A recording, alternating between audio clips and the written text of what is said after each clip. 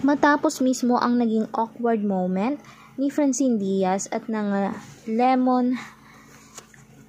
Orange and Lemon na mismong bandang sikat dito sa Pilipinas, ay talagang sumabog mismo ang balitang ito. Marami na rin ang nagsabi na wala umanong kasalanan ang bata, si Francine Diaz, dahil mismong na-mismanage mismo ng mga manager nila ang kanilang schedule, kung saan nauna naman talaga ang Orange and Lemon na banda kumpara kay Francine.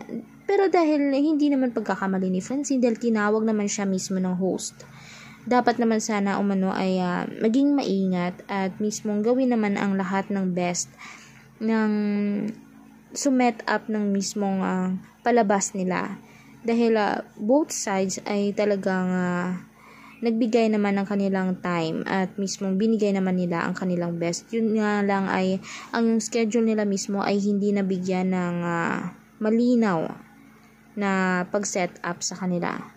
Kaya ganun pa man, may tumatawa sa mismong scene ni Francine, pero dead malamang si Francine na nakikita naman natin na mabait naman talaga siya at pilit lang siyang sinisira dahil marami naman siyang mga katutubo niya na mismong hindi siya gusto.